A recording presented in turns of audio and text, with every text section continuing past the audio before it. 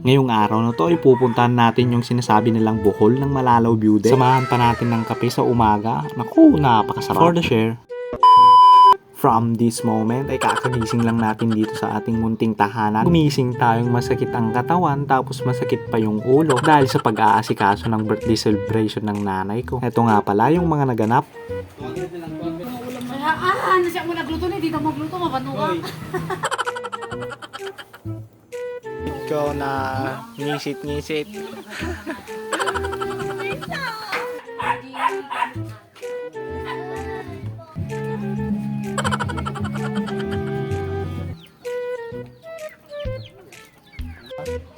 Yeah.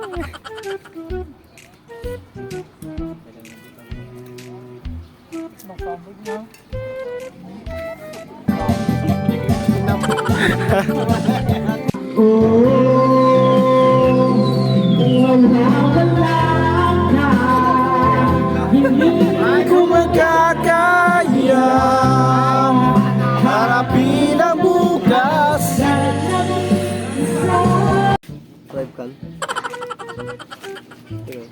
But if you close your eyes, God, it almost feels like nothing just around you. If you close your eyes.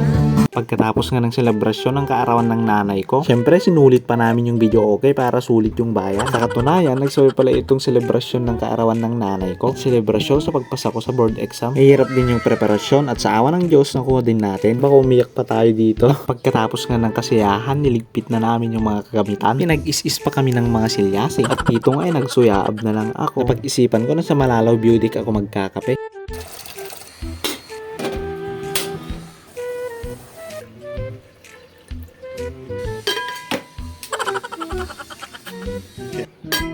At dito nga, hinanda ko na yung tasa at mainit na tubig at kutsara na hindi ko naman nagamit-gamit. Bumili na din pala ako ng tinapay dito sa Q-Zone, malapit din dito sa amin. Kapag wala kaming pera, dito din kami umuutang. Sabi nila pag utang daw mahirap bayaran. For the share. At dito nga, kumuha din ako ng kape, hindi yan mawawala. Sabi nila para kanino ka bumabangon. Sabi ko, di para magkape. Okay, walay. At yan nga, nakabili na ako ng kape at tinapay. Pupunta na kami sa bundok na kung saan dun natin malalasap ang sarap ng simoy ng hangin. For the share, malapit lang pula.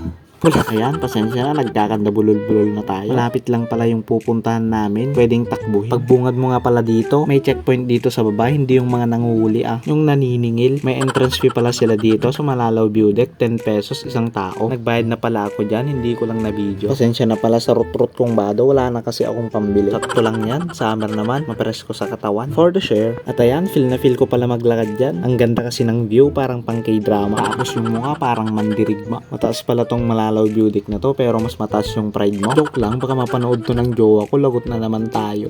At yan, nagtitimpla na tayo at samahan mo pa nga ng napakagandang view. Itong lugar na to ay malapit na pala sa Mountain Province at Kalinga. For the share. Ayan, minekos-mekos na ni Insan. Pwede rin pala ganapin dito yung mga events tulad ng birthday, kasal, binyag, debut, anniversary, mansary, weeksary, daysary, bahala kayo kung ano gusto nyo. Nabasa ko lang sa tarpaulin. Gusto ka lang din i-share. O diba, ang ganda ng view. Para akong nasa bundok. Maganda pumunta dito, lalo na pag maaga. Yung maabutan mo yung sunrise, tapos paghapon, sunset naman. Wow! Siguradong mapapawaw. Ang ganda. Pero mas maganda pag gabi ka pupunta dito. Mas adventure, mas challenging. May horror road ka na, may magandang view ka pa. Dahil sa baba nito, may sementeryo.